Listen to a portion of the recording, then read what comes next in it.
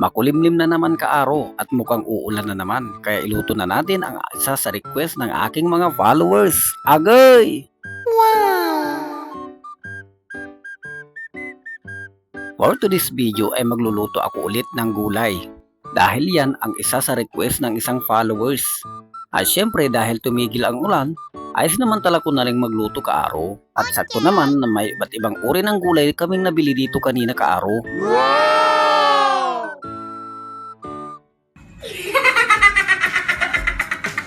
And of course, mega loud shout out kay Mr. Christopher Custodio na nag-request ng iluluto ko ngayong araw kaaro. At syempre kay Ma'am Basi Navarro Juliet and Mark Anthony Magno ng Bugalyon kaaro. At panigurado nanonood din si Mr. Bernabe Raymar at nandyan din si Ma'am Katya Talbo ng Villasis Pangasinan kaaro at si Ma'am Lini Peralta ng Bugalyon Pangasinan. At panigurado nanonood din si Ma'am Cristina Kasaklang Yanggao. At nandyan din si Mr. Ricardo Buduan kaaro and Ma'am Rosana Soriano kaaro. Oh yes. And of course kay Ma'am Danila Magno. At ang bagong panganak na si Millie Estrada. At syempre nandyan din si Ma'am Leslie Jane Corpus ng Angarian Bugalyon Pangasinan kaaro. Agay! At habang hinihimay ko ang aking mga gulay kaaro ay nakikipagkwentuhan ako sa mga dalaga kong mga pamangkin kaaro na pinapanood ako sa aking paghihimay sa bulaklak ng kalubasa kaaro. At syempre nandyan din ang aking ate na nagmamadali ng maglaba dahil mukhang uulan na naman daw kaaro. Agay! Ay problemang pusak tapano na magani.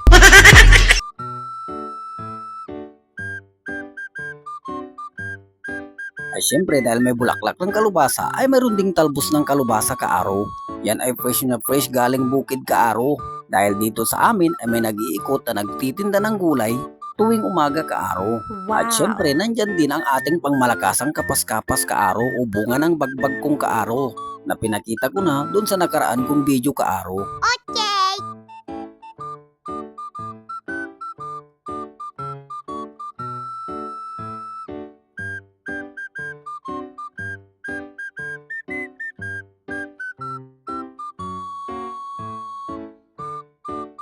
At syempre, hindi rin may iwan ang ating ampalaya kaaro.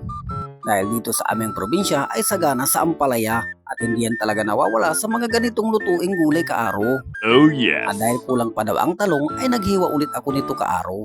At syempre, yung talong na yan ay yung pangpakbet talaga kaaro. At hiniwa ko na rin ang isang pirasong patula kaaro.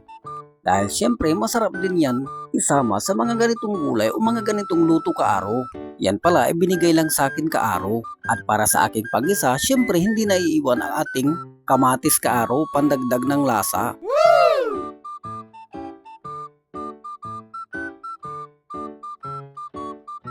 At syempre kung may kamatis ay mayroon ding bawang kaaro.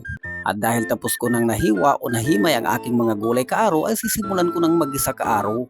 Dahil panigurado sakto yan sa ating pananghalian kaaro. Yummy! At syempre, sinimulan ko nang mag-gisa kaaro dahil mainit na ang mantika dun sa kaserula kaaro. At ang ginamit ko namang mantika dyan kaaro ay yung pinagprituhan namin ng bangus na siya rin nating pangsahog mamaya kaaro. At Okay. pansinin nyo naman ang aking lutuan kaaro ay talagang lutuan talaga sa probinsya. Dahil para sa akin mas masarap pa rin ang pagkain pag doon sa may panggatong ka nagluluto kaaro. At syempre dahil tapos ko na nagisang kamatis ay nilagay ko na rin ang aking mga gulay kaaro. At naglagay na rin ako dyan ng asin kaaro at patis at yung mga iba pang pangpalasa kaaro. Nang sa ganun ay madali na rin lumambot ito kaaro. Dahil pag naluto na ang aking mga gulay kaaro ay saka ko naman ilalagay ang bulaklak ng kalubasa o kaya burak dito sa amin kaaro. What?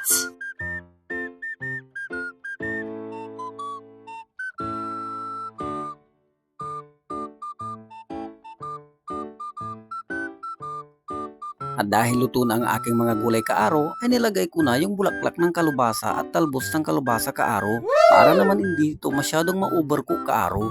Dahil para sa akin ay mas masarap pa rin yung gulay ng mga half-cook kaaro. Dahil sa bukod sa masustansya na ay masarap pa kaaro. At para sa mga nagtatanong at nag-suggest ng content ko o iluluto ko kaaro ay sa ibang araw ko na lang iluluto yun kaaro. At luto na ang aking gulay kaaro. At panigurado ay solve na naman ang tiyan ng ating kaaro. Agay! At syempre gusto kong magpasalamat sa ating Panginoon dahil kahit papano ay may nakukuha pa rin tayong mga makakain kaaro o mga ganitong gulay kaaro. Kaaro, kain tayo. Kaaro, mangan tayo. And of course, thank you very much sa aking mga bagong followers at sa aking mga silent viewers. At kung gusto mo na i-shoutout kita sa aking mga susunod na video, ay mag-comment ka na dito kaaro. Agay! Wow!